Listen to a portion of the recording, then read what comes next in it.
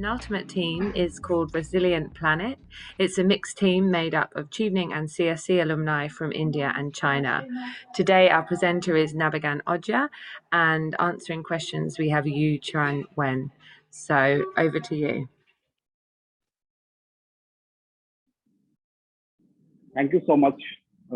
Next slide, please. We all know that we are living in a time when lives and livelihoods are being threatened by frequent weather extremes. And the consequences are going to be very, very high in days to come. Already the IPCC report warned it, really a code red for humanity. Adaptation strategies, which are actually important for countries, are not up to mark, especially in the developing countries, to improve the adaptation and also to reduce the vulnerability. So statistically, 1 billion people living in 31 developing countries have low resilience, meaning that they have limited financial, physical, and social support to cope with the climate risk. Again, we have the socioeconomic challenges posed by COVID-19 pandemic, which created havoc across the globe. It pushed the global poverty to a new low and also added another layer of danger to climate risk. So big hurdles for the world leaders now. At one hand, we have to manage the new crisis, and on the other hand, we have to achieve the 2030 agenda. So next slide, please. We have a practical solution to address all these challenges. We know that social protection schemes are have gained much momentum in recent days, and also adaptation goals, adaptation strategies are very, very important in countries. So our policy says that combine both social protection scheme and adaptation strategies and implement it under countries' adaptation goals. It will create resilience at a scale. And this solution is built on Mahatma Gandhi National Rural Employment Guarantee Scheme, which is known as the largest social protection scheme in the world. And it covers 150 million rural people in India and also creates varieties of natural resource management related work relating to land, water, and forest. So our policy will build the capacity of the recipients of MGNREGS to protect them from different shocks of climate change and prepare them to absorb and cope with the shocks and stresses in days to come. So at the same time, the infrastructures which are created under this scheme will promote nature-based solutions and plethora of livelihood opportunities for the rural communities in India, so that they can be engaged in the scheme around the year for different type of livelihood activities. So next slide, please. And let me tell you that this, the strength of this policy is MGNREGS is an act in India. It can be amended, but cannot be checked. There is a robust institutional system starting from village level to the country level. There is a robust system which is responsible to implement the scheme. And annually, $10 billion is allocated for implementation of the scheme in India. So we have a very strong base to execute this policy in India. And the impact, let me tell you, by slight modification of the design of the infrastructures which are created under this scheme, and by introducing new way of planning, about 4 million rural infrastructures will be created.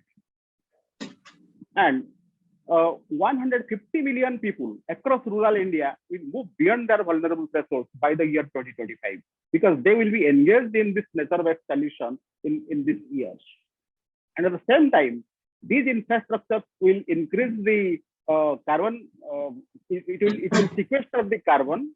It will also increase the irrigation potential to absorb the people around in rural India. At the same time, when the policy will be implemented across the globe, 47% of the world's population will move beyond their vulnerable thresholds, because these 47% world's population are covered now under social protection scheme as per ILO recent report. Next slide, please. So we have the stakeholders, the ministries of different social justice, rural development, forest, environment, provincial government, international bodies like FCDO, World Bank, UN agencies, national and international NGOs. So we will bring all these stakeholders together, present the proposal to them, get the approval from the government, train the implementing agencies, initiate the action, and scale it up across. At the same time, we will push the proposal across the globe or in the regional level through these international agencies like World Bank and UN agencies. It is very accessible, affordable, and scalable because across the world, social protection schemes are there. $2 trillion is allocated every year. The system is in place, so it is very well scalable. So the solution is with us, and the world is ready to take up. Thank you so much. Next slide, please. Thank you so much, Nabaghan. Spot on 5 minutes there, so great timekeeping, and thanks for sharing that with us. To our judges, is there a question for Team Resilient Planet?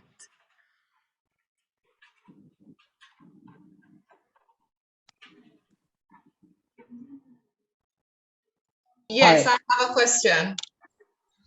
Go ahead. I want to find out from Team Resilient. I like the fact that you have the social protection programs and you speak about the MGNREGS. Can you explain how exactly would that work? Yeah, good question.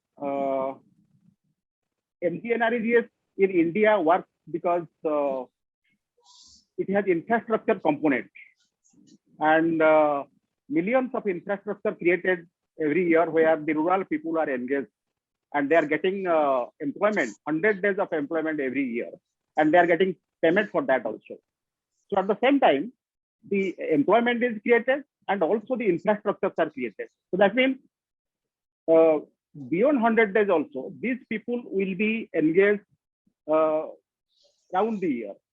The livelihood which will, the infrastructure which will create the different type of livelihood will engage the rural communities around the year.